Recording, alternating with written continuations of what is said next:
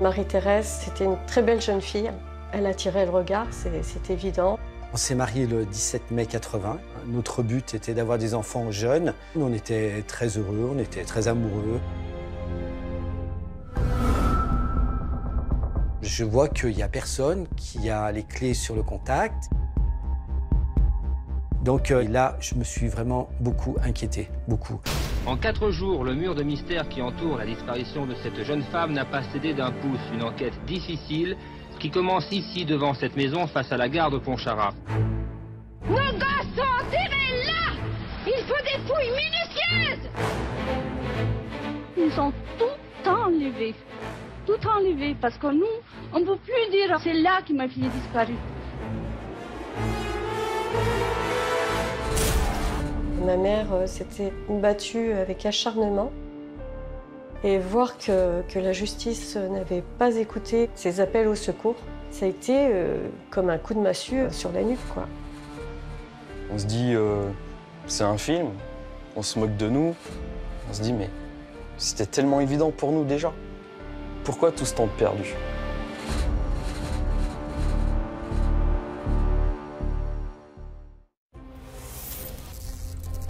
Bonsoir. Dans les dossiers criminels, la vérité peut parfois mettre plusieurs années avant d'éclater. C'est le cas dans le cold case que je vous propose ce soir. En mai 1986, Marie-Thérèse Bonfanti, une jeune mère de famille, disparaît sans laisser de traces. Mais pendant plus de 30 ans, son mari, ses parents, ses frères et sœurs et toute sa famille vont se battre pour découvrir la vérité. Ils vont même aller jusqu'à mener leur propre enquête. Et vous allez voir que leur acharnement va finir par payer. L'affaire Marie-Thérèse Bonfanti, un document de chronique criminelle raconté par Jacques Pradel.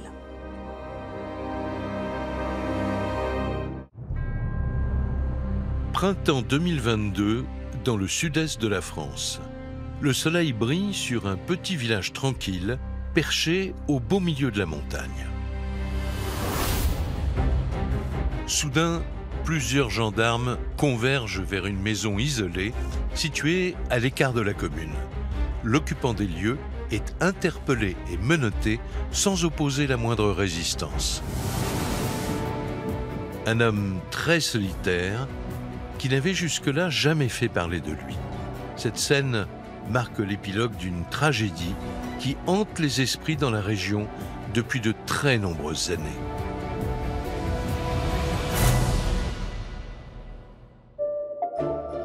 Pour bien comprendre cette histoire, il faut remonter plus de 40 ans auparavant. Tout commence dans cette vallée de l'Isère, à 25 km environ, au nord-est de Grenoble. La vallée du Grésivaudan, c'est une vallée qui est assez large, qui s'étend de Grenoble jusqu'à Chambéry, avec des villes plus ou moins importantes de par leur taille, leur nombre d'habitants. Il y a l'Isère qui coule dans cette vallée, avec des montagnes de part et d'autre, la Chartreuse et Beldonne. C'est ici, surplombé par ces massifs des Alpes, que se trouve Pontcharrat. En cette fin des années 1970, cette localité de taille moyenne compte environ 5000 habitants. Pontcharrat, c'est une des villes principales de la vallée du Grésivaudan, qui se situe vraiment à la limite entre l'Isère et la Savoie, donc avec une distance à peu près entre Chambéry et Grenoble. Il y a des commerces, oui, il y a une vie à Pontcharrat, et il y a eu une industrie aussi dans cette commune qui fait partie de toutes ces villes de la vallée du Grésivaudan, qui sont des villes avec une certaine activité. C'est là, dans la région de Pontcharrat, que Marie-Thérèse Saya a toujours vécu. Elle a grandi au sein d'une famille d'origine italienne, nombreuse et très soudée. Ni ses sœurs, Sylvana et Françoise, ni son frère Eugène n'ont oublié son grand sourire et sa joie de vivre. Marie-Thérèse, c'était une très belle jeune fille. Elle attirait le regard, c'est évident. Elle était plus grande déjà, je l'enviais pour ça. Elle était grande, très, très belle. Une jeune fille gaie, enjouée, elle aimait rire, plaisanter, une petite tape dans le dos. Alors, beau-frère, comment ça va? Comment ça se fait, cousin? T'es encore au lit? Enfin voilà, une petite phrase rigolote. Elle détendait l'atmosphère. Elle est brune, avec des mèches décolorées. Elle a toujours aimé être fantaisie. C'est quelqu'un de doux, d'arrangeant, de sympathique et on était très complices. Alors qu'elle n'a que 17 ans, Marie-Thérèse trouve l'amour de sa vie. À l'époque, Thierry Bonfanti est à peine plus âgé qu'elle et il vient lui aussi d'une famille de la région. Alors on se connaît depuis très jeune puisque les parents se connaissent et donc on a l'occasion de se voir assez régulièrement. Et puis plus tard, vers l'âge de 18 ans, on a décidé de se fréquenter. Thierry, c'était un bel homme aussi, très mignon, et ça ne m'a pas étonné que Marie-Thérèse soit sensible à son charme. Pour ce très jeune couple, l'avenir semble tout tracé. Quelques mois plus tard, Thierry et Marie-Thérèse emménagent sous le même toit, à La Rochette, près de Pontcharra.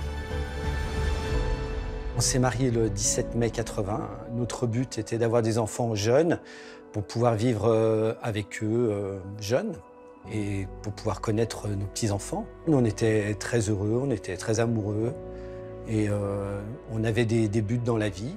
Ils avaient tous les deux véritablement envie de réussir leur vie. La famille était naissante, c'était une famille qui était très unie. Une petite fille naît rapidement de ce mariage. Il la prénomme Erika.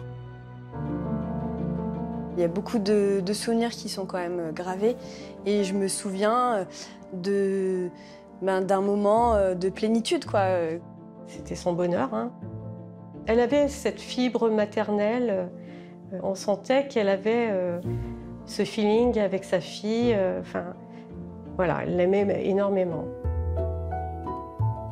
3 ans et demi après la naissance d'Erika, Marie-Thérèse donne naissance à un petit garçon. Il s'appelle Flavien. Avec l'arrivée de Flavien, Marie-Thérèse était une maman épanouie. Elle avait 2 petits-enfants, une petite fille et un petit garçon. Donc, le choix du roi, comme on dit. Hein. Donc, leur couple était heureux. Ils avaient créé une petite famille, un petit cocon à eux. Ils étaient bien.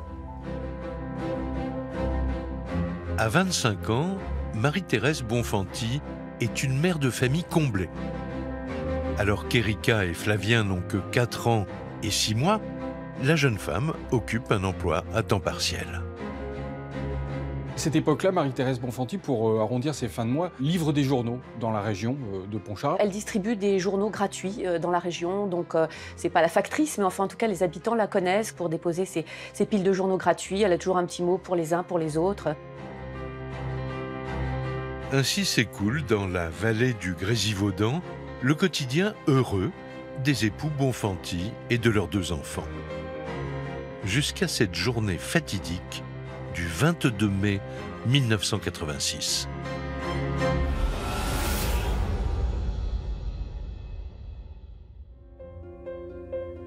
Pour Marie-Thérèse, la jeune maman, ce mercredi de printemps commence le plus normalement du monde.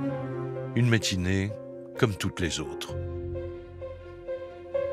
Donc son programme, c'est de laisser les enfants chez la nourrice et puis de prendre sa voiture et d'aller distribuer les journaux tout l'après-midi de manière à ce que vers les 16h, elle puisse récupérer ses enfants une fois sa tournée terminée. Sa nourrice lui avait prévenu « Ne tardez pas, je dois prendre un train, donc il faut faire vite, à 16h, il faut que je parte. » Philippe Folté est un ancien commissaire de la police judiciaire. Cette affaire, il la connaît dans ses moindres détails pour avoir longtemps travaillé sur ce dossier comme enquêteur privé. Alors cet après-midi-là, Marie-Thérèse Bonfanti va se livrer pendant quelques heures à la distribution de ses journaux dans les endroits qui sont prévus par son livre de courses. Ce fameux jour, la tournée de Marie-Thérèse commence à Pontcharra. En premier lieu, elle doit laisser un paquet de journaux gratuits à l'un de ses collègues de travail qui réside avenue de la Gare.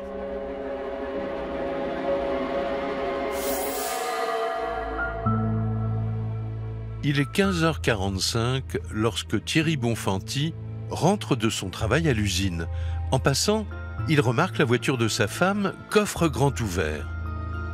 Elle est garée devant un immeuble où habitent plusieurs locataires, dont le collègue de son épouse. Mais aucune trace, ni d'elle, ni de lui. Je vois qu'il n'y a personne, qui a les clés sur le contact, qui a son sac sur le siège. Donc je vais voir dans l'entrée si elle y est. Et je suis rentré et je vois personne. Je connais bien Marie-Thérèse. Et de laisser le coffre ouvert, clé sur la voiture et son sac dans la voiture, c'était pas du tout elle. Donc là, je me suis vraiment beaucoup inquiété, beaucoup. C'est comme si sa femme s'était volatilisée en abandonnant sur place sa voiture ouverte et sa liasse de journaux. Submergé par l'angoisse, Thierry fonce vers le domicile familial, à La Rochette. Mais sur place, personne. Au même moment, il reçoit un appel de la nourrice des enfants. Son épouse ne s'est pas présentée à 16 h, comme elle devait le faire impérativement. Erika Bonfanti, 4 ans à l'époque, comprend qu'il se passe quelque chose. Je la vois inquiète, je la vois aller à la fenêtre pour voir quand est-ce que maman arrive ou voir quelqu'un passer, mon papa ou ma maman, quoi. Je prenais son angoisse un peu. Alors je lui réponds, écoutez, moi-même je ne sais pas où elle est, je suis inquiet parce que je la cherche et je ne l'ai pas trouvée. Famille, amis, nourrice, personne n'a vu Marie-Thérèse depuis le début de l'après-midi. En fin de journée, n'ayant toujours aucune nouvelle, Thierry alerte la gendarmerie de Pontcharra.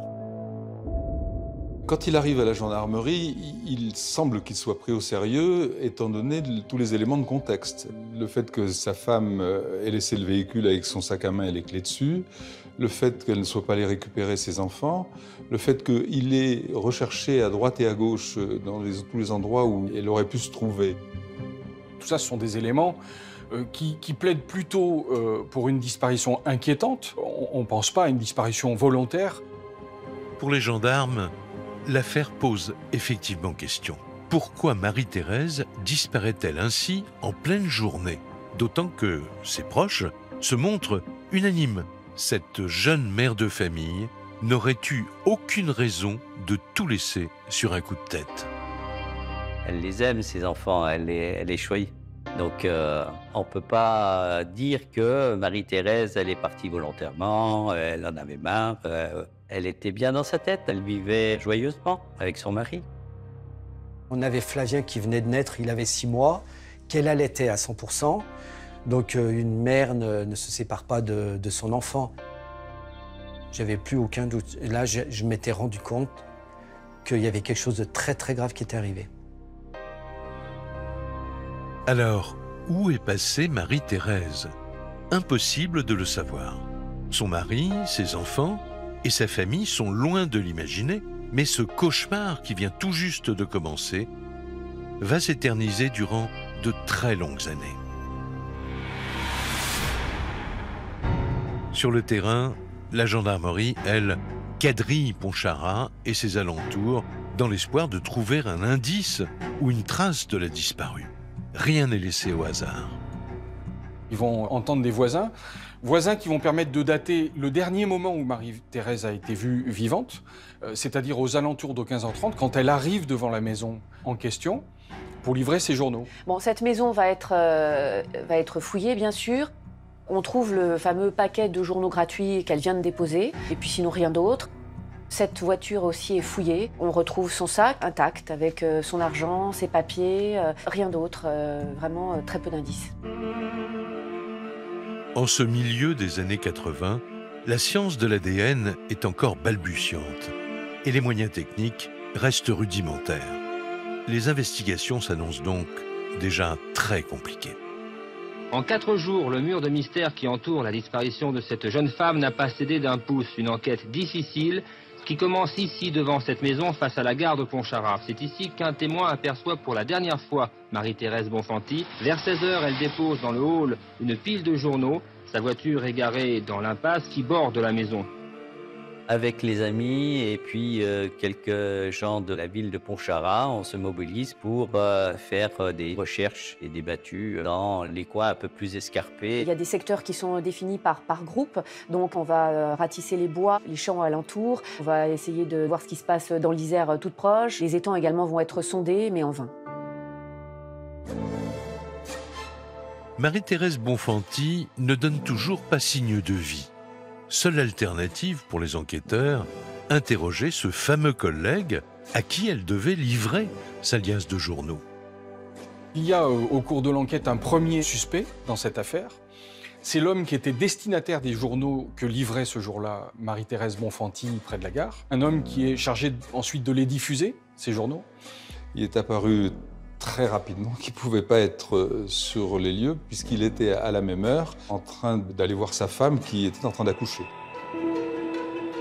L'alibi, avancé par le collègue de Marie-Thérèse, est donc incontestable. Dès lors, les gendarmes passent à la deuxième hypothèse possible, celle d'un différend au sein même du couple Bonfanti. Ça va être de manière traditionnelle dans des affaires de disparition de femmes, c'est de s'interroger sur le rôle du conjoint. Donc Thierry Bonfanti sera lui aussi entendu. Un élément qui a orienté les gendarmes vers lui, c'est qu'on sait que l'après-midi, il est passé dans le secteur de cette maison, qu'il s'est arrêté, puisqu'il a vu la voiture de son épouse garée devant la maison. Donc forcément, les gendarmes ont des questions à lui poser. Thierry Bonfanti aurait-il quelque chose à se reprocher? Pour le savoir, il est placé en garde à vue par la gendarmerie quelques jours après avoir donné lui-même l'alerte. Une épreuve qui restera à jamais gravée dans sa mémoire. C'est assez impressionnant et effectivement, eux étaient à 4.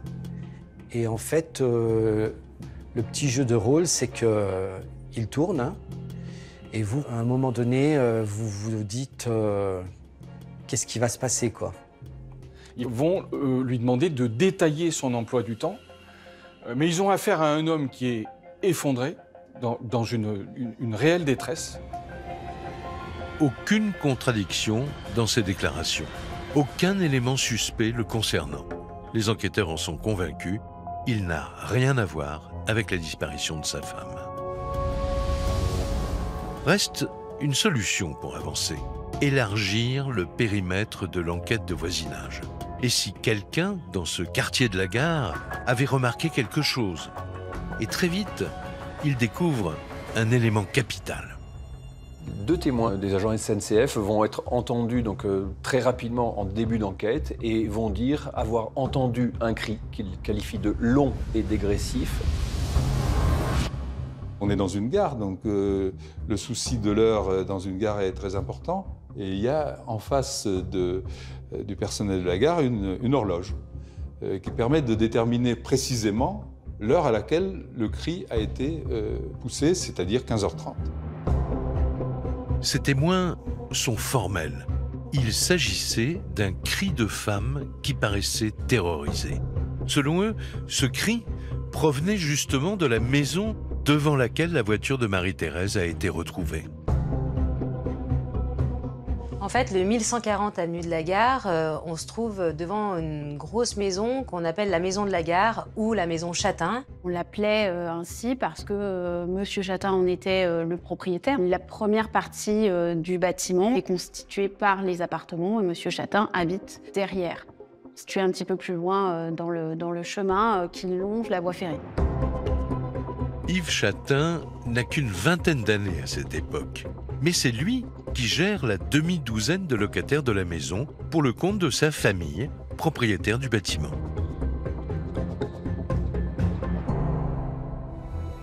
Face aux gendarmes, Thierry Bonfanti se souvient justement l'avoir croisé sur place ce mercredi 22 mai, c'est-à-dire l'après-midi même où sa femme s'est brutalement volatilisée. Il est allé se garer dans sa cour, sur le devant. Il était en construction donc d'un barbecue. Donc il est venu vers ce barbecue et toutes les quelques secondes, il jetait un œil vers moi. des regards très insistants dans la direction de Thierry Bonfanti, des regards qui l'ont mis mal à l'aise, à tel point d'ailleurs qu'il s'est dit qu'il valait mieux qu'il s'en aille. Un comportement qui n'a pourtant rien d'étonnant. Ici, Yves Châtain a la réputation d'un homme solitaire et ombrageux. Mais pour les gendarmes, c'est peut-être là quand même qu'il faut chercher. D'autant qu'en consultant ses antécédents, ils vont aller de surprise en surprise. Il est déjà connu de la justice et de la gendarmerie pour des affaires de violence. Il a eu une affaire donc, en 1979, il était alors mineur. Il agresse une première fois une femme en début d'année. Cette dame le reconnaît, va voir ses parents, il se fait sermonner. Et 6 mois après, il vient la frapper à coups de bâton, lui occasionnant 10 points de suture. Autre découverte, le casier judiciaire d'Yves Châtain fait mention d'une autre affaire qui remonte à 1985, soit à peine 1 an avant la disparition de Marie-Thérèse. Il poursuit en voiture un autre véhicule dans lequel se trouve une femme et il finit par obliger cette femme à s'arrêter. Coup d'appel de phare, de dépassement, etc. Et il lui indique que vous avez une roue qui a l'air d'être mal fixée. Et là, il va se précipiter dessus et il va tenter de l'étrangler.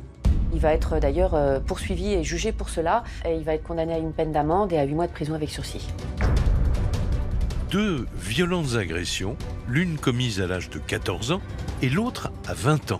Il n'en faut pas davantage aux gendarmes pour faire de lui un suspect très sérieux.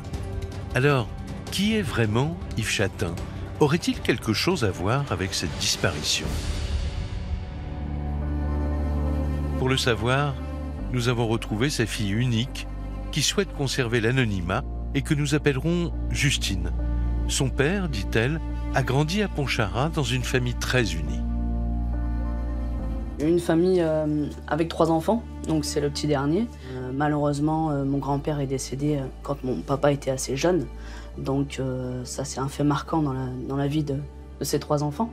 C'était réellement le pilier de cette famille. Donc quand il décède, forcément, ça chamboule tout le monde et Monsieur Châtain énormément. Ce sera peut-être d'ailleurs plus tout à fait le même jeune garçon après la perte de son père. En grandissant, Yves devient un homme plutôt imposant, qui, en dehors des membres de sa famille, compte très peu de relations. Mon père est quelqu'un d'assez costaud, c'est un trait de famille et bien charpenté, j'ai envie de vous dire.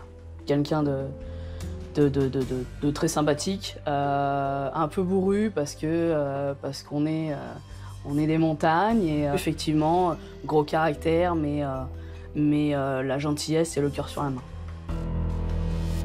D'ailleurs, depuis ses ennuis judiciaires passés, Yves Châtain semble s'être calmé.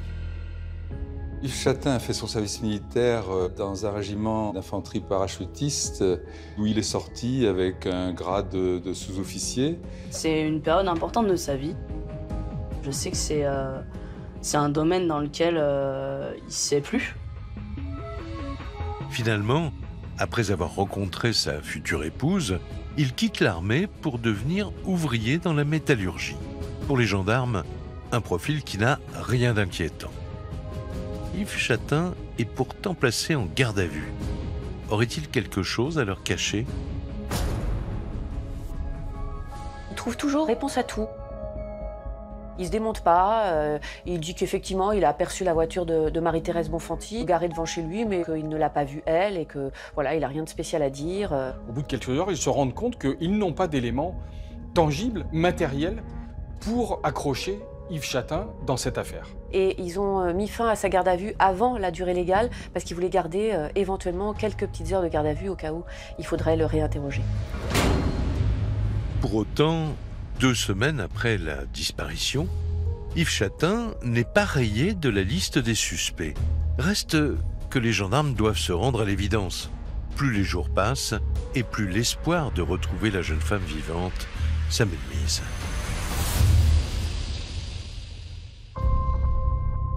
Alors que l'enquête piétine, plusieurs mois s'écoulent dans la vallée du Grésivaudan. Parmi les proches de Marie-Thérèse, cette attente vire peu à peu au supplice. C'est un calvaire qu'on vit parce que jour et nuit on y pense et on ne sait pas comment... On se sent impuissant, on ne sait pas ce qu'il faut faire. Est-ce qu'elle est encore vivante? Et ça, pendant les premiers mois, vous l'avez dans la tête sans cesse, quoi. Et vous vous dites, où je vais la chercher, où on va chercher, où on va trouver, où qu'est-ce qu'on peut faire? Une famille tout entière en quête de vérité, mais qui malheureusement va de déception en déception. En 1987, après un peu plus d'1 an de recherche, l'enquête est dans une impasse. Il n'y a pas d'éléments matériels qui permettent à la justice de mettre en examen un individu en particulier sur lequel on aurait des soupçons graves et concordants. Voilà, donc l'instruction s'est terminée par un non-lieu. Le juge d'instruction a estimé qu'en l'état des investigations qui ont été menées et avec les moyens du bord, eh bien, on ne pouvait pas aller beaucoup plus loin. Faute d'éléments nouveaux, l'affaire Marie-Thérèse Bonfanti se voit tout simplement classée. Une décision vécue par sa famille comme une véritable trahison. On se dit, elle est où la justice?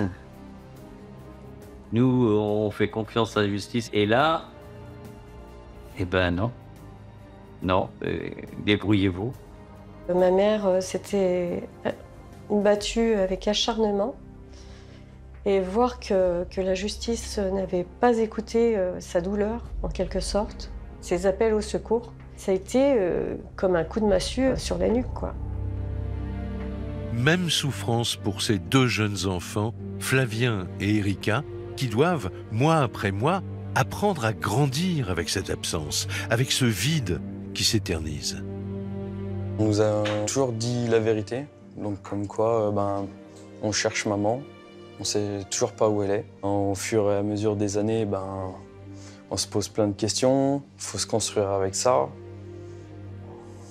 Il y a plein de choses qui vous rentrent dans la tête, qui vous essayez de comprendre pourquoi du comment, pourquoi nous. Les enfants aussi, parce que c'est surtout eux qui ont peut-être le plus souffert encore. Et c'était là, en fait, le plus gros de l'injustice. Plusieurs années s'écoulent avec toutes ces questions qui restent sans réponse.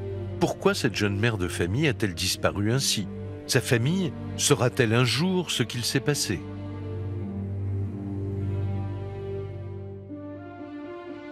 Printemps 1991. Voilà 5 ans déjà que ses proches attendent toujours la vérité lorsque la municipalité de Pontcharra prend une décision pour le moins inattendue.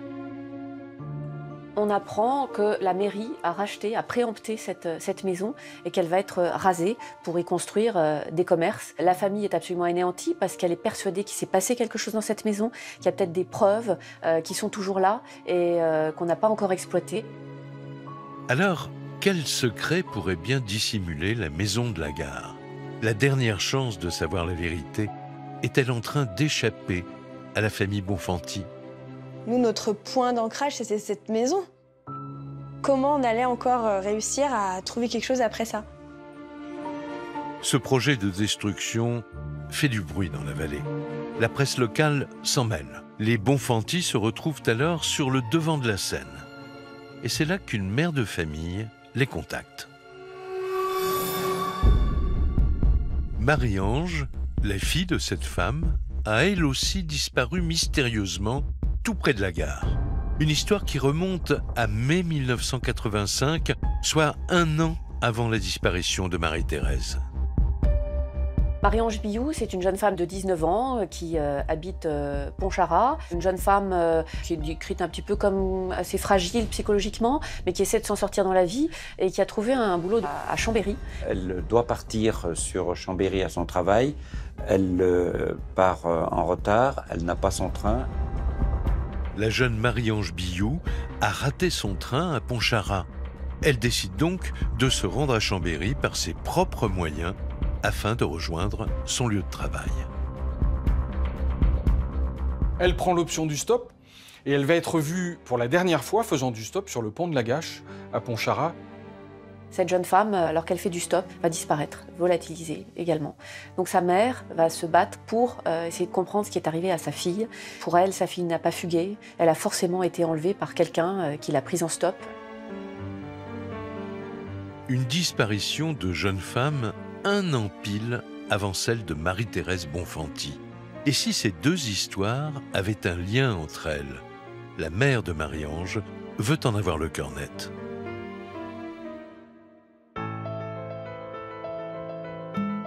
Elle a recherché donc notre numéro de téléphone et elle nous a appelés. Et effectivement, je l'ai eu au bout du fil. Et c'était une maman qui était soulagée de ne plus être toute seule dans son combat. Et ensemble, elles ont mené leur enquête pour retrouver leur enfant. Janvier 1992. Les mamans de Marie-Thérèse et de Marie-Ange sont en première ligne. Des années de combat pour se retrouver là, toutes les deux, impuissantes face aux pelleteuses qui s'apprêtent à détruire la maison de la gare. Il y avait mes parents, il y avait ma sœur Sylvie, il y avait Thierry aussi, mon beau-frère, et il y avait également la maman de Marie-Ange Billou. Les 2 familles ont beau remuer ciel et terre, l'édifice sera bel et bien rasé. Et lorsque la maison a été détruite, les gendarmes étaient présents puisque les familles étaient là et le trouble à l'ordre public pouvait être évident. Ils ont tout enlevé. Tout enlevé parce que nous, on ne peut plus dire c'est là que ma fille est disparue.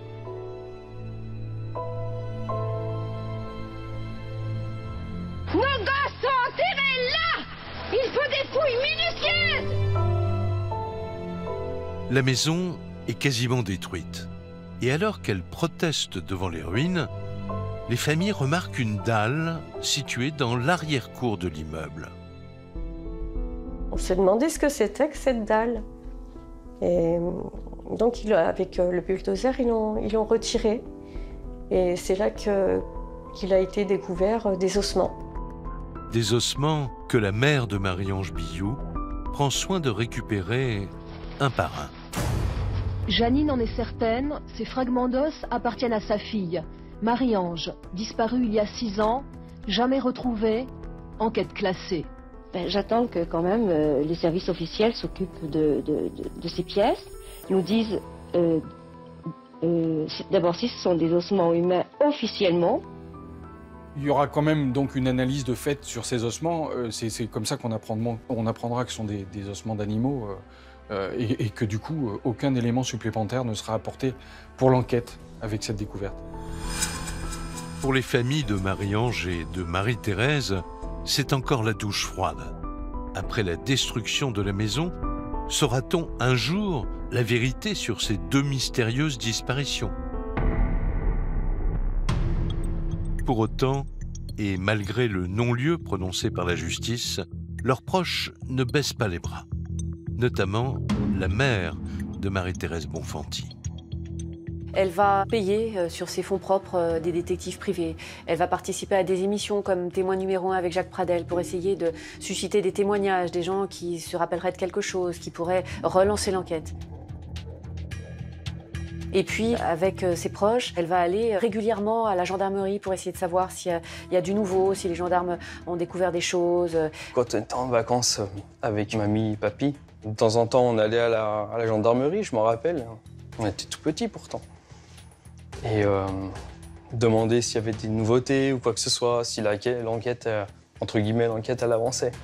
C'est vrai que la mamie, elle tenait tête à pas mal de monde et elle a beaucoup œuvré dans ce sens-là. Aucune piste à l'horizon, pas de corps. Tandis que les années défilent inexorablement, Marie-Thérèse laisse derrière elle 2 enfants à jamais traumatisés et un mari inconsolable. On se dit, c'est fichu, elle est morte, elle est quelque part, elle est morte, mais on ne sait pas où. Il faut quand même avancer, il faut quand même se construire. Et la vie, elle continue, quoi qu'il arrive.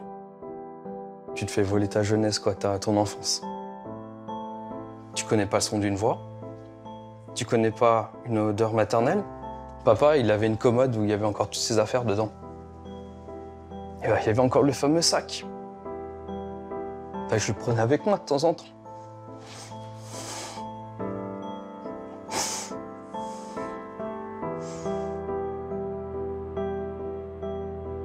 Moi, ces 36 ans, je les ai vécus en prison.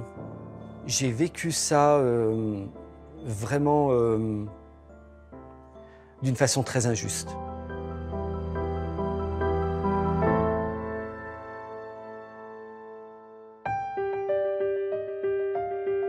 Sans éléments nouveaux, l'enquête ne peut être réouverte. Alors, en désespoir de cause, Eugène, le frère de Marie-Thérèse, se penche lui-même sur les rapports d'investigation, car lui et les siens en sont persuadés, le nom du coupable se trouve forcément dans le dossier. On a repris le dossier à zéro avec un œil neuf, en essayant de comprendre où il y a des contradictions, tout ce qui n'a pas été mis en avant à l'époque, où le corps pourrait être. La famille a repris toutes les pièces de procédure et a fait ce qu'on appelle une analyse criminologique du dossier. Pour essayer d'avancer, la famille fait appel à l'association Assistance à la recherche des personnes disparues, une structure qui mobilise d'anciens officiers de police judiciaire. Parmi eux, Philippe Folté, ex-commissaire du 36 quai des Orfèvres à Paris. Dans ce dossier-là, on a rassuré simplement la famille sur les chances que le dossier puisse être réouvert. Il faut reconnaître que le travail par la famille a été fait de manière très pointue. On aurait pu même considérer que c'était un travail de professionnel qui va nous convaincre de porter le dossier à la connaissance du parquet. Une initiative de la dernière chance qui va finir par porter ses fruits.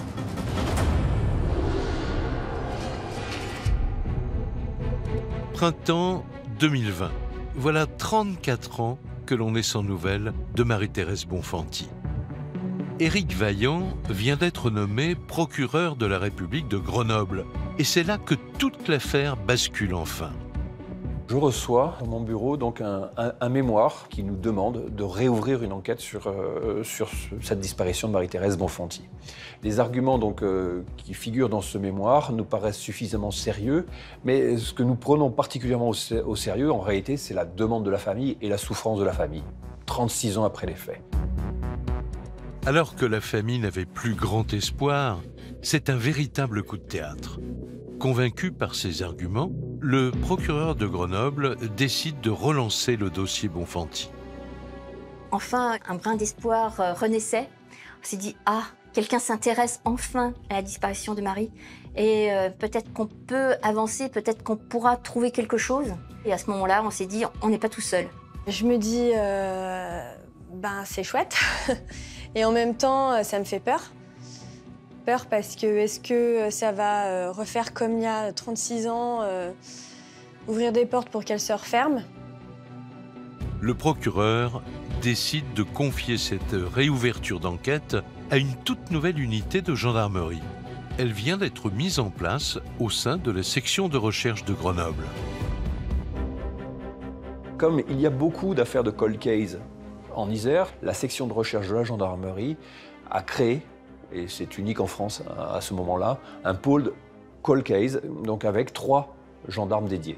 Le principe, c'est de revenir sur des affaires qui n'ont pas été élucidées pour essayer, avec les nouveaux moyens d'investigation, les nouvelles techniques d'investigation, de pouvoir élucider ces affaires. Les gendarmes se basent aussi sur le mémoire très complet rédigé par la famille. Pour les proches de Marie-Thérèse Bonfanti, il y a une certitude. Le suspect se trouve forcément parmi les anciens habitants du 1140 avenue de la Gare. On a une période de 20 minutes dans laquelle il s'est passé quelque chose et tous les témoins sont là. Et qui est-ce que nous avons comme profil intéressant de ce point de vue-là? Yves Chatin. Et c'est là que les gendarmes ont refait un travail titanesque pour reconstituer les versions qui avaient été données par Yves Chatin à l'époque et pour vérifier leur pertinence.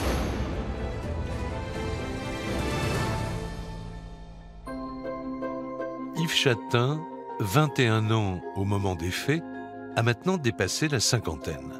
Malgré ses 2 agressions de femmes alors qu'il était plus jeune, l'homme mènerait une vie discrète et sans histoire. L'entourage d'Yves Chatin est plutôt dithyrambique, je dirais, à son propos. Sa fille, la première, le décrit comme un père présent, aimant, qui s'est toujours bien occupé d'elle. Quand on le peut, on partage des bons moments. Même si j'ai pas grandi à ses côtés au quotidien, c'est une relation simple. Simple, mais on se ressemble énormément. Après la destruction de sa maison en 1992, Yves Chatin devient chauffeur routier. Il quitte la ville de Pontcharra, destination la montagne, dans un lieu perdu du département voisin. Il va s'installer dans ce qu'on appelle la vallée des Huiles en Savoie. C'est un petit village de Chartreuse qui s'appelle La Table. Sa maison, c'est une sorte de petit chalet qui est un petit peu en dehors du bourg. 300-400 habitants, quelque chose comme ça. Donc très calme. C'est vraiment l'image qu'on peut se donner d'un petit village de montagne. Isolé dans sa maison des Alpes, Yves Chatin ne le sait pas encore, mais son existence est sur le point de basculer. 36 ans après la disparition de Marie-Thérèse Bonfanti, les gendarmes frappent de nouveau à sa porte. Passé la surprise, il ne tente à aucun moment de se soustraire à son interpellation. Il est placé en garde à vue le 8 mai 2022, comme il restait quelques heures de garde à vue quand il avait été interrogé en 86, donc ils vont tabler là-dessus. C'est une garde à vue qui reprend en réalité, puisqu'il a déjà été entendu pendant 13 heures en 1986. Et on va avoir 2 journées pendant lesquelles il est entendu par les enquêteurs. Les techniques d'interrogatoire n'ont plus rien à voir avec celles des années 80. Face à Yves Chatin, plusieurs enquêteurs se relaient en reprenant un par un tous les éléments du dossier. Et après plusieurs heures d'interrogatoire très serrés, l'ancien militaire finit par craquer. Et avec ces nouvelles méthodes d'enquête, avec ces nouvelles méthodes d'interrogatoire, ils sont parvenus à obtenir les aveux d'Yves Chatin. Et voici ce que le suspect leur raconte. En ce 22 mai 1986, il est 15h25 lorsque Marie-Thérèse Bonfanti se gare devant sa maison pour y livrer ses journaux. Or, il s'avère que sa voiture bloque la voie d'accès à son domicile.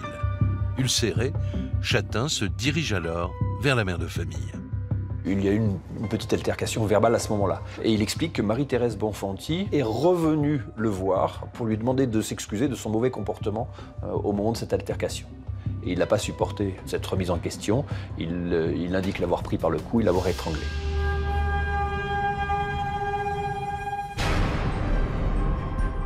Presque 4 décennies après le crime, les enquêteurs n'en espéraient pas tant. Ils doivent maintenant informer les proches de la victime de cet incroyable rebondissement. Eux qui, depuis 36 ans, n'avaient pas l'ombre d'une réponse à toutes leurs questions. Un soulagement incroyable. Je vous dis physiquement, j'étais debout là et j'ai l'impression que j'avais un poids qui me dessaisissait. Physiquement, je l'ai vécu comme ça. On n'y croit pas. On se dit, c'est un film, on se moque de nous. On se dit, mais c'était tellement évident pour nous déjà. Pourquoi tout ce temps perdu? C'est pas forcément évident de voir votre mamie toujours en train de pleurer sa fille. Et votre père, pareil, toujours en train de chercher sa femme.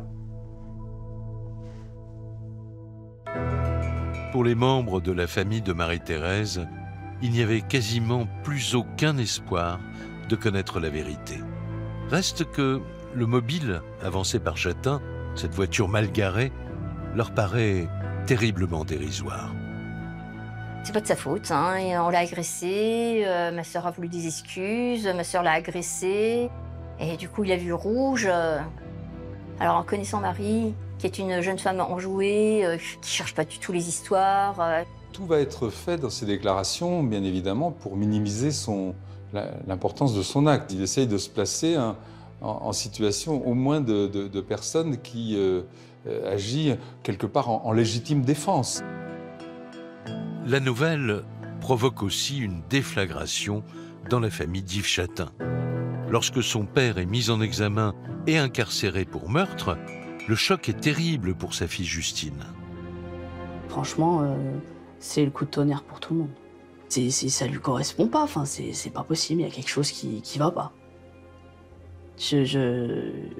On n'a pas voulu l'entendre, effectivement, pas le croire.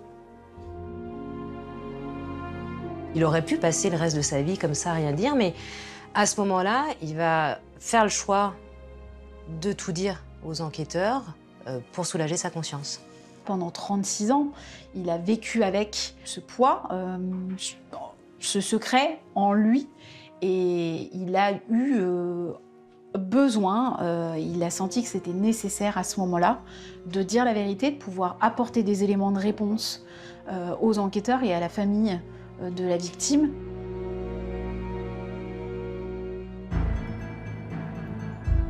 En cet automne 2022, il y a encore une priorité pour la gendarmerie. Localiser le corps de Marie-Thérèse Bonfanti.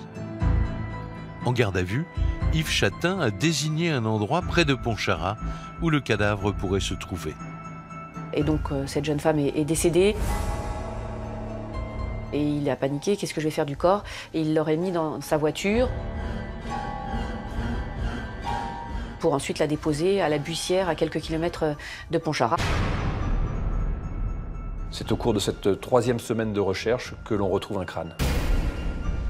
Et ce crâne humain, on l'a appris tout récemment, est bien celui de Marie-Thérèse Bonfanti. Pour les 2 enfants de Marie-Thérèse, Erika et Fabien, c'est l'issue tant redoutée. Après toutes ces années sans savoir, ils peuvent regarder enfin en face la terrible vérité. Un soulagement parce que on va pouvoir faire des obsèques, l'enterrer dignement, la récupérer en quelque sorte. C'est vrai que j'aurais aimé qu'il retrouve plus que ça. Mais c'est déjà pas mal.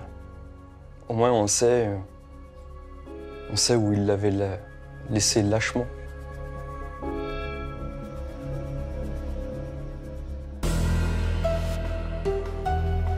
Un épilogue qui relance inévitablement toutes les spéculations sur l'autre disparue du quartier de la Gare en 1985, Marie-Ange Billou, 19 ans.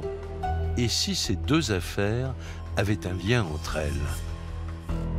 Quand on est la famille Billou et qu'on voit que 36 ans après, l'affaire Bonfanti a pu être élucidée, ça redonne espoir à cette famille, à cette maman, à ses sœurs qui n'ont jamais, elles aussi, lâché l'affaire. La famille veut connaître la vérité. Elle veut qu'on fasse pour Marie-Ange exactement ce qui a été fait pour Marie-Thérèse Bonfanti. On veut que les gendarmes reprennent l'enquête à zéro, qu'on vérifie le parcours d'Yves Chatin. Au lendemain des révélations dans le volet Bonfanti, une nouvelle information judiciaire contre X est ouverte. Objectif, faire toute la lumière sur la disparition de Marie-Ange Billou.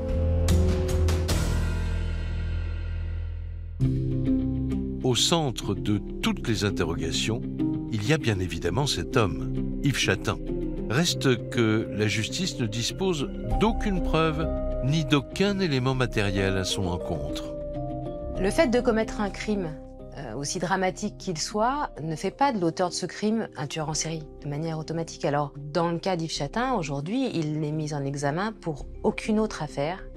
Il n'a pas été ni entendu, ni mis en examen pour d'autres faits, si ce n'est ceux à l'encontre de Madame Bonfanti. Pour incriminer quelqu'un, il faut avoir des éléments tangibles pour pouvoir le faire.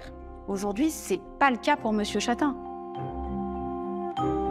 Même certitude du côté de Justine, la fille d'Yves Chatin. Passé le choc de ses aveux dans l'affaire Bonfanti, elle est convaincue que son père n'a pas commis d'autres crimes. Quand je regarde mon père droit dans les yeux, il n'a pas cherché à me mentir sur ce fait-là. Mais tout de suite, ça a été la panique quand j'ai parlé entre guillemets du reste en disant mais on t'accuse de beaucoup de choses. Et là, son visage, non, c'est impossible. Voilà. Pour le procureur de la République de Grenoble, Éric Vaillant, il y a quand même un impératif, continuer à passer au crible le parcours et la vie d'Yves Chatin. Nous nous posons un certain nombre de questions. Il y a des enquêtes qui sont rouvertes ou qui vont l'être sur d'autres faits. Mais pour l'instant, il est beaucoup trop tôt pour se prononcer en ce sens. On peut avoir des doutes. Alors, on a des doutes, mais ces doutes, il faut les lever avec la justice et avec lui. Peut-être qu'il nous dira, il nous donnera des éléments, peut-être qu'il ne nous en donnera pas. Dernier épisode dans le volet Bonfanti. Début 2023, Yves Chatin réclame l'annulation de sa mise en examen pour cause de prescription. La famille de Marie-Thérèse retient son souffle. Selon les deux avocates de l'accusé, les faits seraient trop anciens pour être jugés. Seule la Cour de cassation pourra trancher.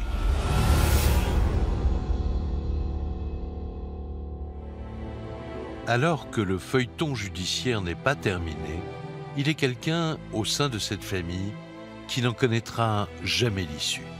C'est la mère de Marie-Thérèse, disparue en 2017. Elle qui avait pourtant été pendant tant d'années à la pointe de ce combat pour la vérité.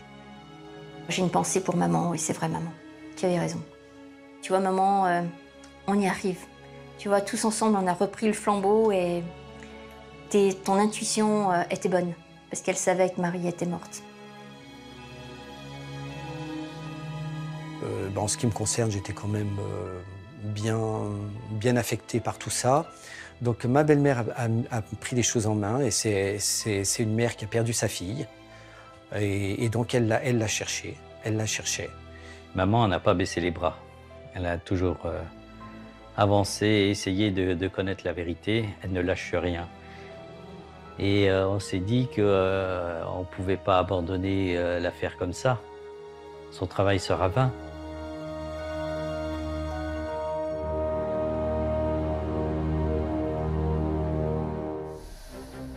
Direction maintenant les États-Unis pour un triple meurtre qui a laissé la petite ville de Las Cruces en état de choc. Le désert de la mort, c'est tout de suite dans Chronique criminelle.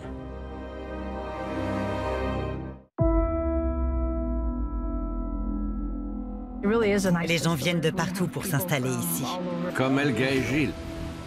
Gilles était canadien-français, elle était allemande. Il était impulsif, il aimait s'amuser, un vrai casse-cou. Elle était posée, intellectuelle. Ils allaient bien ensemble. Ils vivaient ici depuis pas mal d'années. Un service des urgences? Nous n'arrivons pas à les avoir, ni sur leur portable, ni sur leur fixe. Nous sommes très inquiets. On a dû défoncer la porte. On est tout de suite tombé sur le corps de Madame Delisle, face contre terre. Et de l'autre côté du comptoir, j'ai découvert Monsieur Delisle. Il y avait un autre corps. Nous n'avions jamais eu affaire à un triple meurtre perpétré simultanément au même endroit. Tout le monde était sous le choc. Il ne manquait rien. Rien n'avait été volé. Ce n'était pas un cambriolage. Nous avons trouvé sur place des douilles de 9 mm, mais pas l'arme du crime. Nous n'avions aucune piste. On ne savait pas où était l'assassin. Il y avait un tueur parmi nous. La personne qui avait fait ça devait les haïr profondément. Dans toute ma carrière, je n'avais jamais vu ça.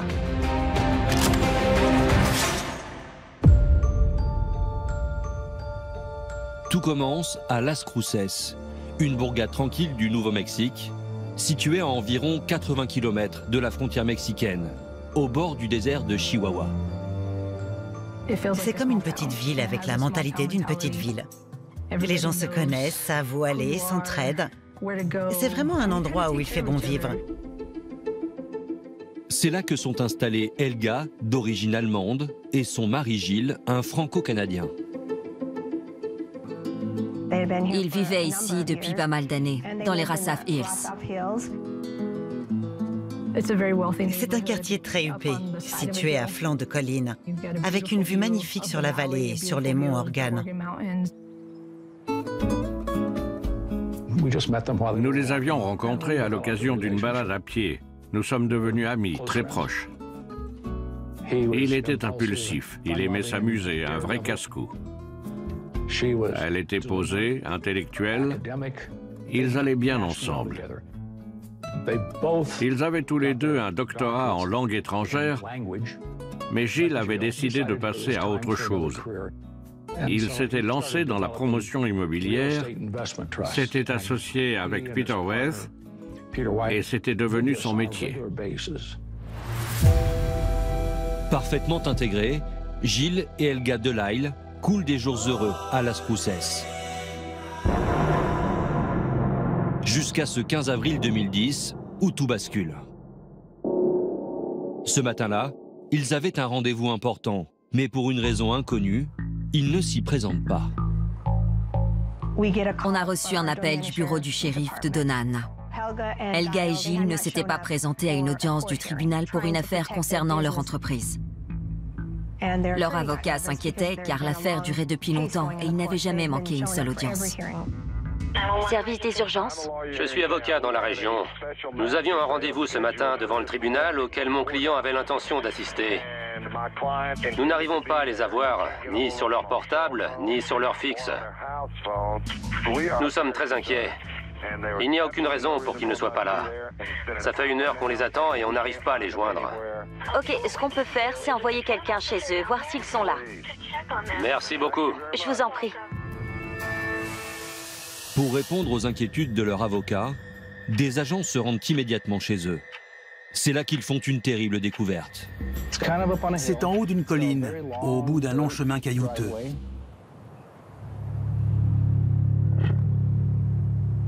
Juste à côté de la porte d'entrée, il y a une grande fenêtre. Elle donne sur un balcon où tout était apparemment en ordre. Rien ne bougeait dans la maison. Personne ne répondait. Les portes et les fenêtres étaient toutes fermées. On a dû défoncer la porte. On est tout de suite tombé sur le corps de Madame Delisle, face contre terre. Et de l'autre côté du comptoir, j'ai découvert Monsieur Delisle.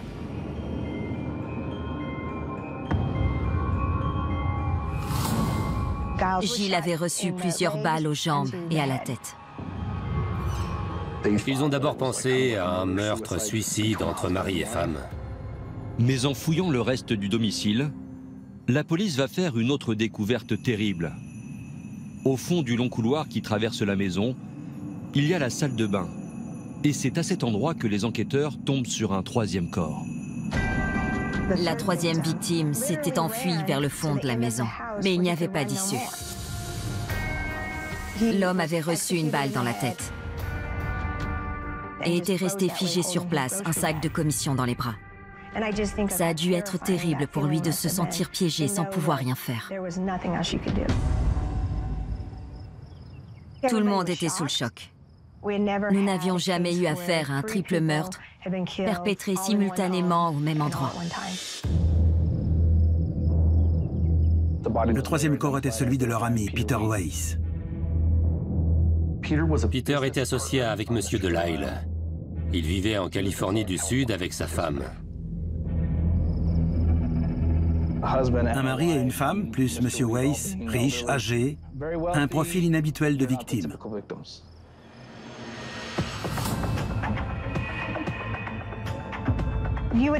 On aurait pu s'attendre à ce que la maison soit sans dessus-dessous.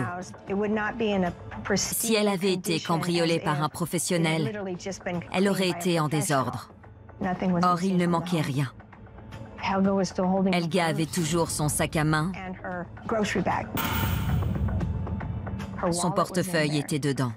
Rien n'avait été volé. Ce n'était pas un cambriolage. C'était horrible. La personne qui avait fait ça devait les haïr profondément. Les enquêteurs passent la maison au peigne fin pour trouver des indices qui les mettraient sur une première piste. L'assassin était parti avec leur voiture. Nous avons trouvé sur place des douilles de 9 mm, mais pas l'arme du crime. Nous avons également relevé sur la messagerie plusieurs appels qui avaient dû se produire à peu près au même moment que les meurtres. Nous avons essayé d'identifier leurs auteurs, mais l'opérateur téléphonique n'a pas été très coopératif. Nous avons cherché une autre piste.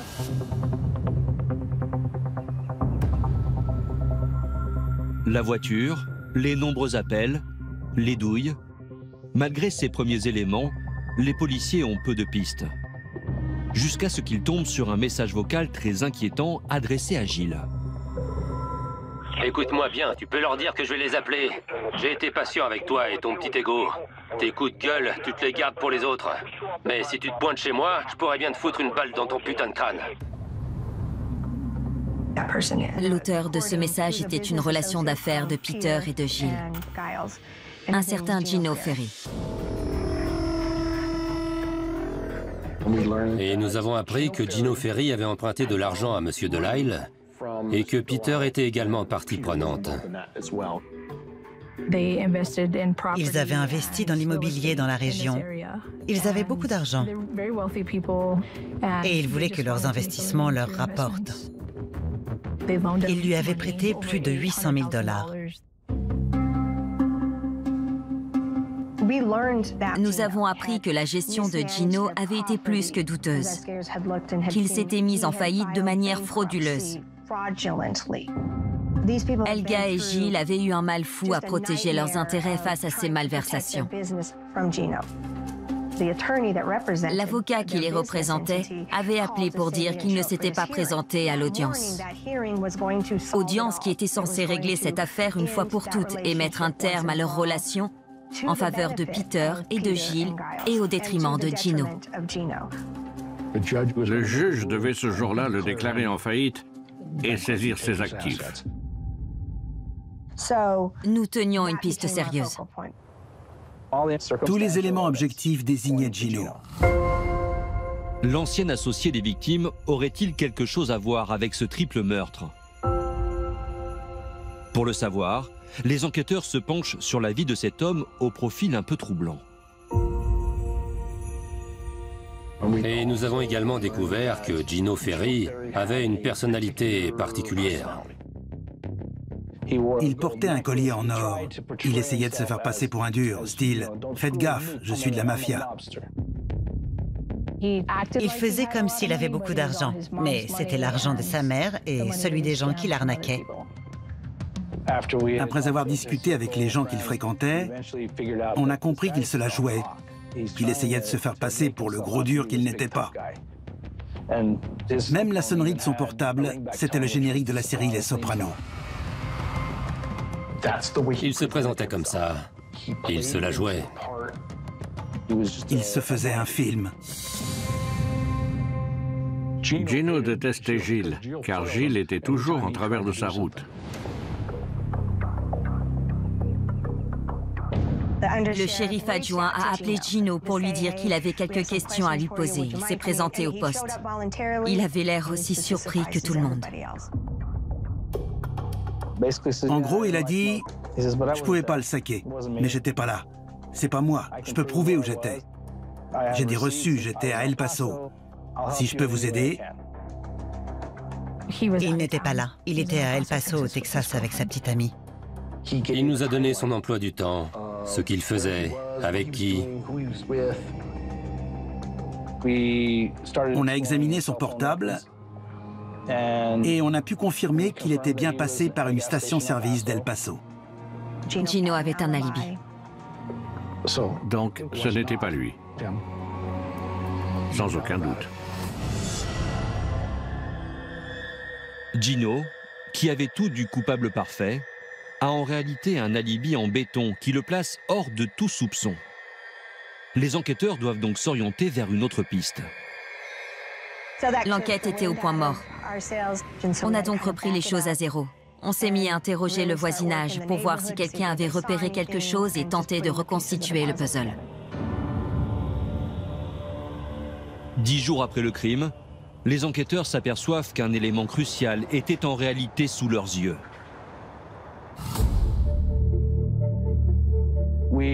Nous avons retrouvé le véhicule volé en face du bureau du shérif.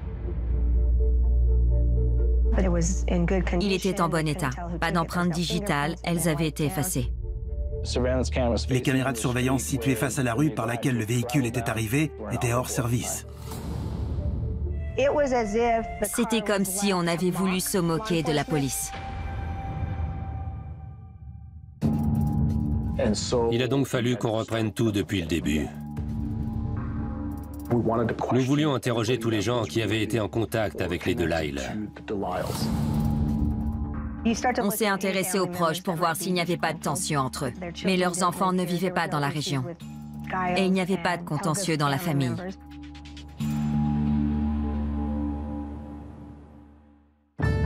Du côté des proches de Gilles et Helga, aucune piste crédible ne se dégage.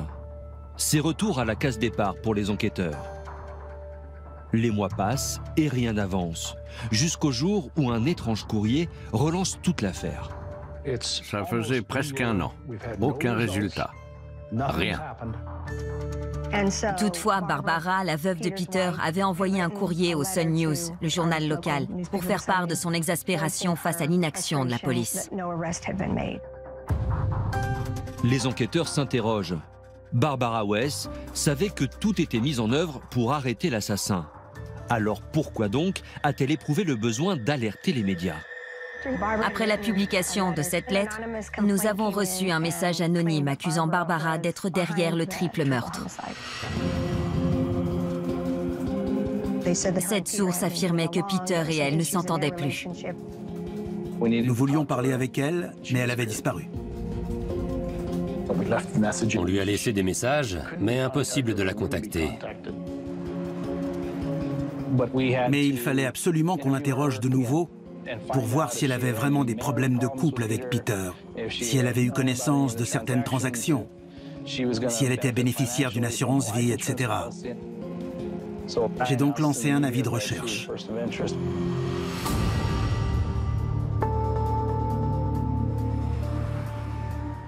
Tout le monde était sous le choc. Après de multiples tentatives pour entrer en contact avec Barbara, celle-ci accepte enfin d'être interrogée en présence de son avocat. Elle a coopéré et elle a fait une déposition. Barbara explique à la police qu'elle était chez elle, à San Diego, le jour du crime. Son alibi est confirmé par plusieurs témoins. Mais dans ce cas, pourquoi avoir disparu alors que la police cherchait à l'interroger? La veuve fait alors une révélation inattendue aux enquêteurs. Elle affirme avoir reçu des menaces au téléphone et s'être cachée car elle craignait pour sa vie. Effrayée, elle est persuadée que l'assassin de son mari en a aussi après elle. Après cet interrogatoire, nous avons pu exclure toute participation de Barbara dans cette affaire. Désormais, les agents se concentrent sur l'auteur de ces menaces téléphoniques. Et ils font le rapprochement avec des coups de téléphone passés le jour du crime.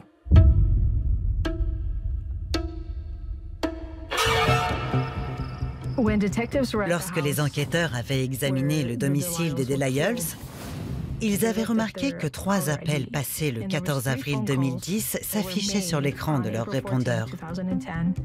Ils sont finalement parvenus à localiser l'endroit d'où avaient été passés les appels. Or, ils avaient tous été passés depuis une cabine publique près d'une supérette, ce qui semblait bizarre parce que même à l'époque, en 2010, on ne se servait plus beaucoup des téléphones publics. La supérette en question se trouvait à 3 km du domicile des Delisle, sur la route qu'on emprunte pour aller chez eux. Les supérettes ont des caméras de surveillance. On a récupéré les images avant qu'elles ne soient effacées. À peu près à l'heure où les appels ont été passés, on voit une voiture s'arrêter et 2 individus en descendre pour aller téléphoner. La qualité des images de la caméra de surveillance est médiocre et il est difficile d'établir les faits avec certitude, mais nous avons pu déterminer que la voiture était un modèle similaire à celui que possédait Gino Ferry. L'individu correspond à la description de Gino. Les enquêteurs sont stupéfaits. Leur première piste était-elle en réalité la bonne? Pour en être sûr, ils décident d'examiner de plus près l'alibi de Gino Ferry. Monsieur Ferry avait affirmé se trouver dans un centre commercial d'El Paso. Mais il y avait des inconnus dans son emploi du temps. En fait, il aurait très bien pu être à Las Cruces au moment où les meurtres avaient été commis. Mais on n'arrête pas quelqu'un pour des trous dans son agenda. Les policiers refusent d'abandonner, persuadés d'être sur une piste sérieuse. Et c'est en exploitant les images de surveillance fournies par la supérette qu'ils trouvent peu à peu des réponses à leurs questions. Un peu plus tard, une autre voiture se gare à côté du téléphone.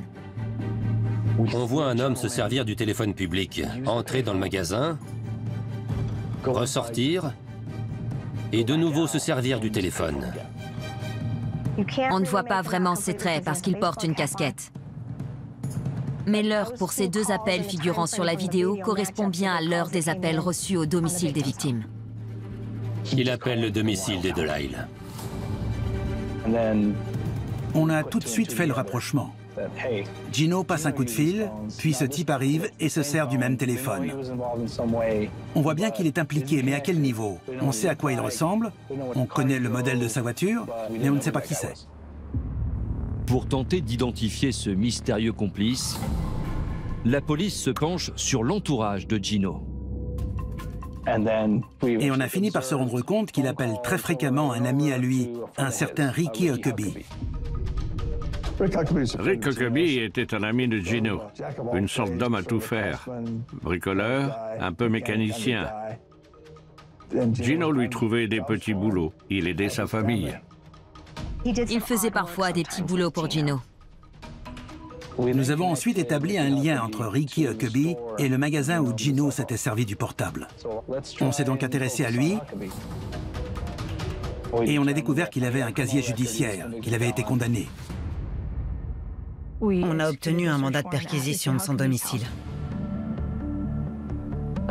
J'étais à la recherche d'un polo à rayures rouges et bleus. Huckabee avait été vu avec ce polo le jour du crime. Et je l'ai trouvé. Et il était en possession d'une arme alors qu'il avait un casier. Immédiatement, le complice présumé de Gino est placé en garde à vue. Interrogé, l'homme commence par nier. Mais très vite, il finit par craquer.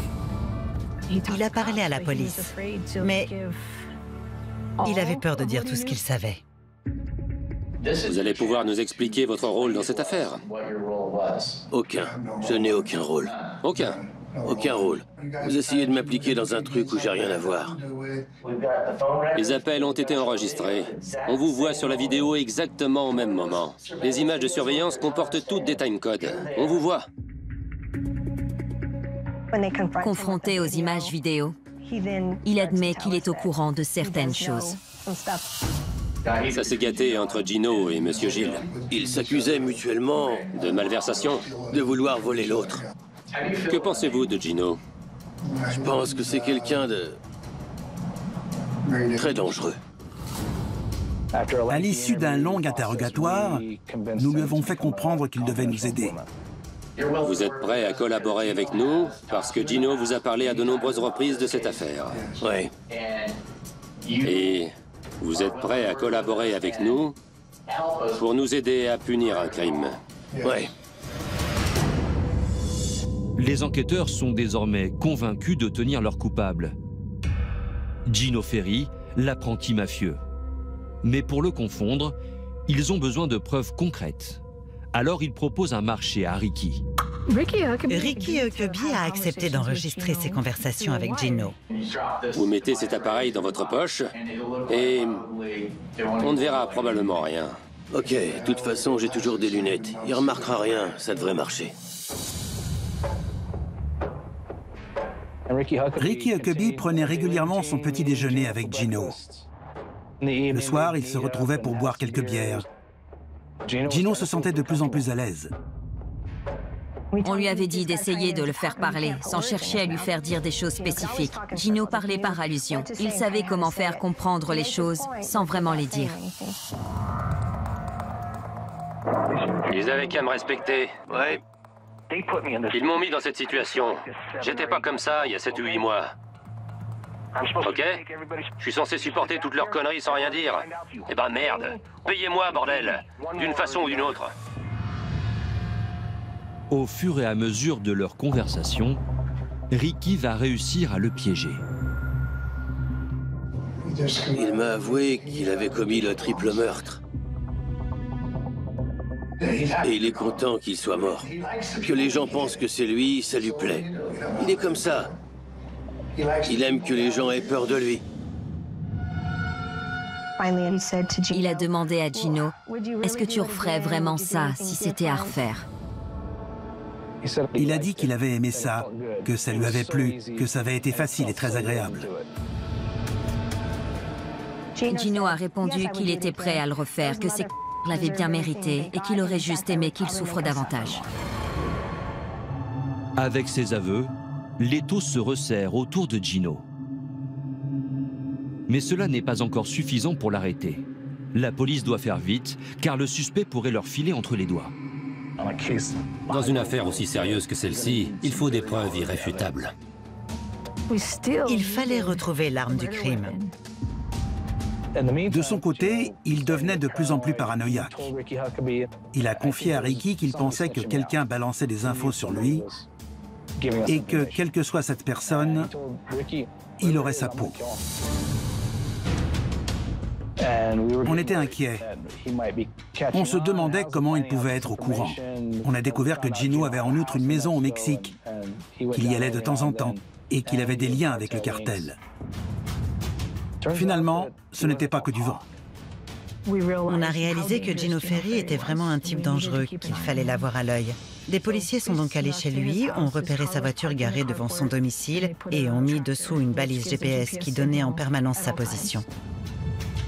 Le jour même, en rentrant au bureau du shérif, on s'est rendu compte que Gino Ferry était garé dans la rue, juste en face de nos locaux.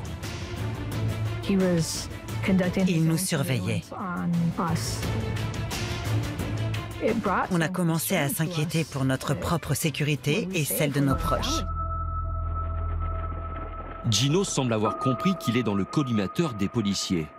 Et il prend de plus en plus d'assurance. Ce qui n'est pas pour rassurer Ricky. Même s'il est incarcéré, personne ne sera en sécurité. Si vous croyez le contraire, vous vous trompez. Il fallait trouver un moyen de mettre Gino derrière les barreaux. Ricky en avait désormais une trouille bleue. Il était prêt à collaborer à 100% pour le faire enfermer. Il nous a dit qu'il savait où nous pouvions trouver des preuves matérielles permettant d'arrêter Gino. Il louait des boxes de stockage où il entreposait des biens appartenant à Peter et Gilles et à leur société. Pour trouver des preuves solides de son implication dans le triple meurtre, les policiers procèdent à une perquisition de ces boxes de stockage. Il y avait 5 boxes de stockage. Je n'en croyais pas mes yeux. Nous avons trouvé plus de 500 animaux exotiques empaillés. Des lions, des tigres, des animaux entiers, des ours, des cerfs, des élans, des rhinocéros, ainsi qu'une centaine d'armes à feu. Dans toute ma carrière, je n'avais jamais vu ça. Mais l'arme du crime ne figurait pas dans cet arsenal. Tous ces objets représentaient un montant d'environ 1 400 000 $. Même s'ils n'ont pas trouvé de preuves directes pour le lier au meurtre, les policiers ont maintenant assez d'éléments pour mettre Gino derrière les barreaux. Ils peuvent le coincer pour vente illégale d'objets et détention d'armes. J'ai tout de suite appelé le procureur qui m'a donné le feu vert pour l'arrêter. Il y avait suffisamment d'éléments. J'étais extrêmement nerveuse, extrêmement inquiète. Et là, on reçoit un appel nous disant qu'il est en train de filer.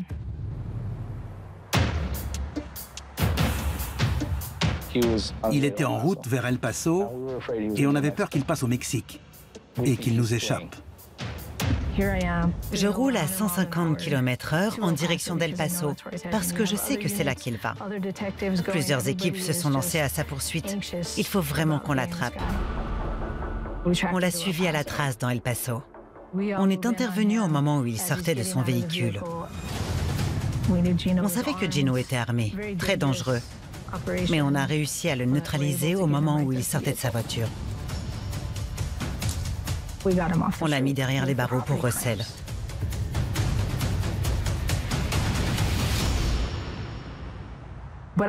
Mais ce n'était pas fini. Avant de pouvoir le faire inculper et juger pour meurtre, nous devons être certains que notre dossier est solide. Mais une fois Gino en prison, Ricky Huckabee s'est mis à tout raconter. Rassuré par l'arrestation de Gino, son complice se met enfin à table et détaille aux enquêteurs le déroulement de cette terrible soirée. Il a vidé son sac. Il nous a dit que Gino l'avait appelé pour lui demander de venir le chercher parce qu'il voulait aller parler à Gilles. Et Ricky l'a conduit chez celui-ci. Gino Ferry avait les clés. Il a donc pu entrer dans la maison et il n'y avait personne. Ricky est ensuite parti, est allé jusqu'à la supérette et a passé 2 appels à destination de la maison. Ricky nous a dit qu'il était allé dans un parc où Gino lui avait dit de l'attendre. Il a vu arriver Gino au volant de la voiture de Gilles Delisle. Gino n'a pas dit un mot. Il ne lui a pas dit ce qu'il avait fait. Il est allé aux toilettes avec son sac et en est ressorti après s'être changé et sans le sac. Il a regardé Ricky et lui a dit « Je viens de faire une... » Il n'a pas compris ce qu'il voulait dire, mais plus tard, il a commencé à se demander si l'arme n'était pas là-bas. Il l'y a sans doute laissée et elle y est sans doute toujours.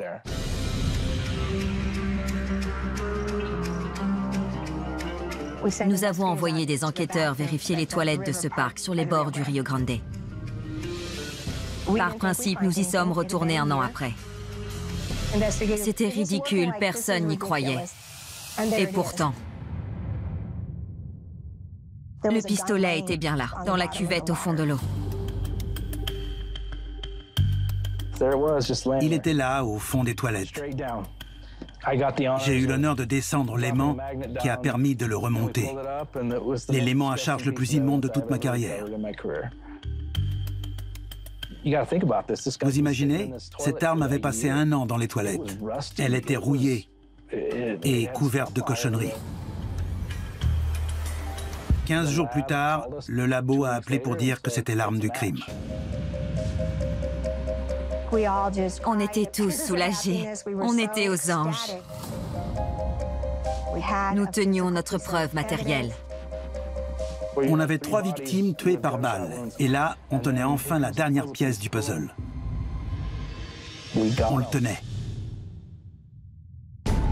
Après la découverte de l'arme du crime, Gino est officiellement inculpé de 3 homicides volontaires.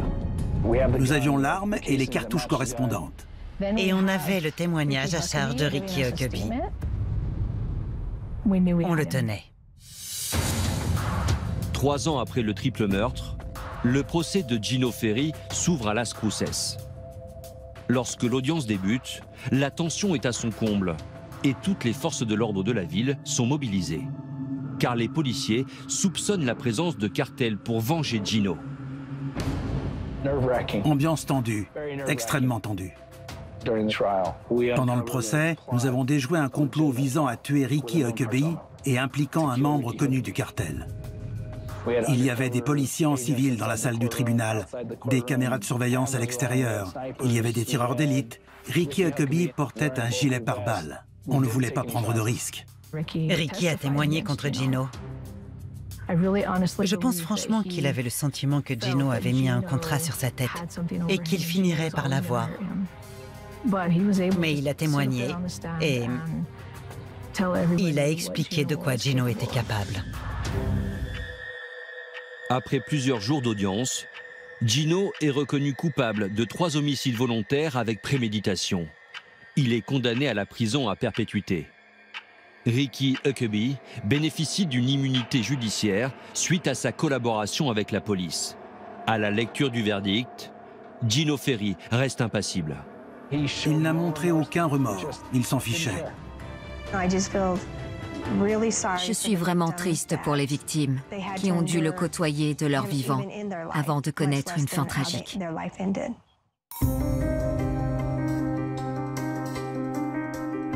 Ça ne fera jamais disparaître la douleur, mais j'espère qu'au moins, ça permettra de faire le deuil en sachant que justice a été faite.